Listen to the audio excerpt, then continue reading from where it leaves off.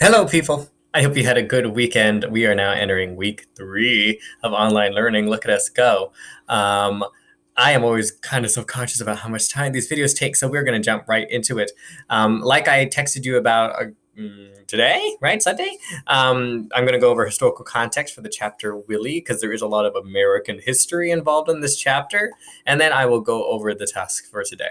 Also, Katrina's playing Fortnite right now, so if you hear her yell stuff, it's because of Fortnite. Don't judge her, okay? We all know she's a nerd already. She doesn't need to hear that any more than she already has. So let's jump into historical context. Last night you read Willie, and Willie and Akua are generally within the same time, the 1920s. Even though this diagram puts them on the same line, Akua is technically a little earlier, because through her chapter we see the War of the Golden Stool, the end of the Anglo-Asante Wars, which is around 1902, 07, so earlier in the 1900s than Willie takes place. So Willie, we are in 1920s New York, hence this bustling picture. The reason why we have Willie entering New York around this time is she's part of the Great Migration. This is one of two big social movements of African Americans moving from the South to the coast, right, to the western and eastern coast, essentially flocking to these urban areas. Essentially, the two main reasons why people were migrating in the first place is that they are trying to escape social and racial tension. Jim Crow laws are essentially operating full force during these times, and they are African Americans are starting to leave. And also, as the United States industrializes, the jobs that were held by African Americans in the South are starting to become automated. So they need to take their skill sets elsewhere, hence the West and Northeast of the United States. So that's why Willie's part of this migration. Her personal reason is for leaving after her parents pass away, but the reason why so many other African Americans are leaving with her is because of these economic, laborial, and racial issues. So, oh, and if you're curious, another migration happens in 1940 because that's, of course, the World War II era. And as white Americans are enlisted into the war to go fight, African Americans take their places while they're off fighting. So there's their second migration. Okay, let's move on. So when Willie is in a bar, she's tending the bar, cleaning it. She gets a job as a janitor, essentially. During one of the nights she's working, she sees a show, and it's white people pretending to be black people in a show. This is called minstrelsy. Those are minstrel shows. This has been a recently re-emergent issue, given that, as it's called nowadays, blackface is becoming a politically contentious and inappropriate issue back in the spotlight. When people are angry about blackface, it's because they are remembering this history of minstrelsy, African Americans being represented by white people, because African Americans weren't considered worthy enough to, portray themselves in such shows or in drama and theater.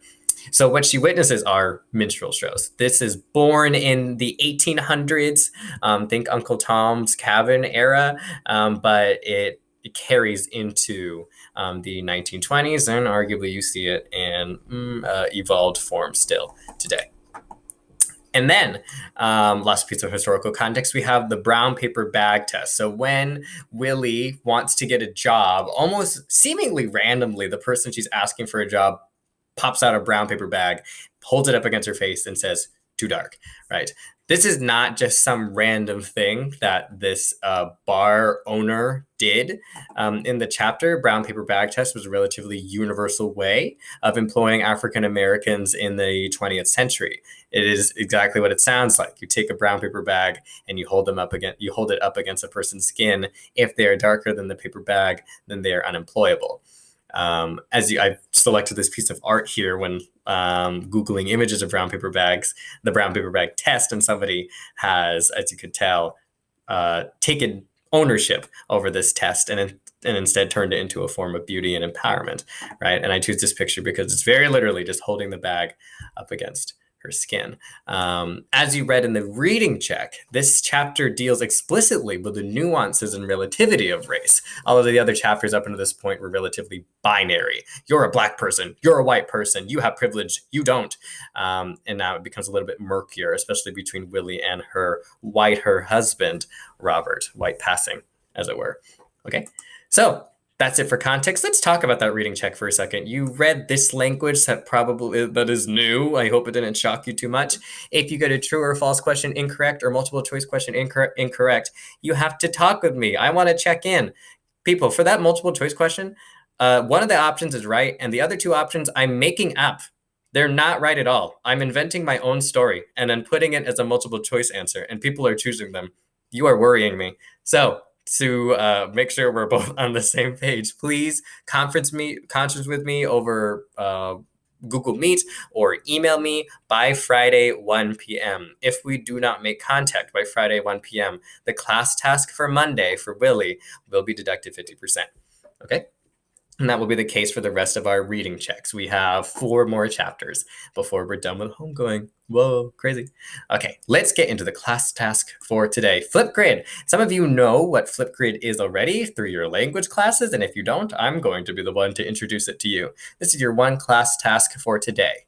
You will be going onto Flipgrid, posting, and responding to somebody else. So you are already in the Monday folder since you found this video. So let's open up the green folder, step 3, last thing for today. Here is the Flipgrid completion rubric. I'll keep that open so I could revisit it later. And then I will open up the actual portal to Flipgrid. Sometimes it opens up small. In this instance, it ended up being pretty good sized. But if you want it to be bigger, you could click these 4 green arrows over here, make it even bigger. Okay, so you're going to sign in with your whatever, that'll do. You're going to sign in with your school email. Okay, so I'm going to log in with my school email, and then that will bring you to, there we go. Ooh. And then that will bring you to our World Literature Flipgrid course. Cool. So you are going to answer this question in your initial response. How did Yaa Gyasi's chapter Willie impact you? Or in other words, affect your feelings and or thoughts. That's what impact is. You are part of Gyasi's audience. How are your feelings and thoughts influenced by her rhetorical decisions? Select 1 or 2. You don't have to do 2, 1 or 2 specific moments from or more general aspects about the chapter Willie and describe how they impacted you. Your recording can be no longer than 2 minutes. Okay. And then you will choose one other person's Flipgrid and reply to them. You will answer these questions. Were you similarly impacted? Were you differently impacted? And how did that person's answer, their initial response, contribute to your understanding of the chapter?